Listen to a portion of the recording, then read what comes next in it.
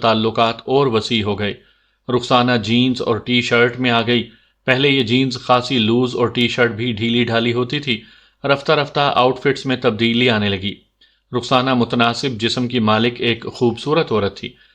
Skin tight jeans اور half T shirt اس کے بدن پر سجی تو ریسٹورانٹ میں اس کی موجودگی نے گاہکوں کی آمد میں خوشگوار اضافہ کر دیا۔ حیات اللہ کی ترقی کو پر لگ گئے۔ انسان پر اس کا ماحول بری طرح اثر انداز ہوتا ہے۔ رخسانہ کی سوچ، انداز اور طرز زندگی بھی خالص امریکی ہو گیا۔ اب وہ بڑی آزادی کے ساتھ امریکی معاشرے میں حرکت کرتے ہوئے بالکل امریکی لب و لہجے میں بات کرتی۔ ہفتے 10 دن میں ایک مرتبہ ڈسکو جانا بھی اسے معیوب نہیں لگتا تھا۔ یہ الگ بات کہ وہ ایسی جگہوں پر حیات اللہ کے ساتھ جاتی تھی۔ سب سے دلچسپ بات یہ تھی کہ اب حیات اللہ نے خود کو ہائٹ اور رخسانہ کو ریکسونا کہلوانا شروع کر دیا تھا۔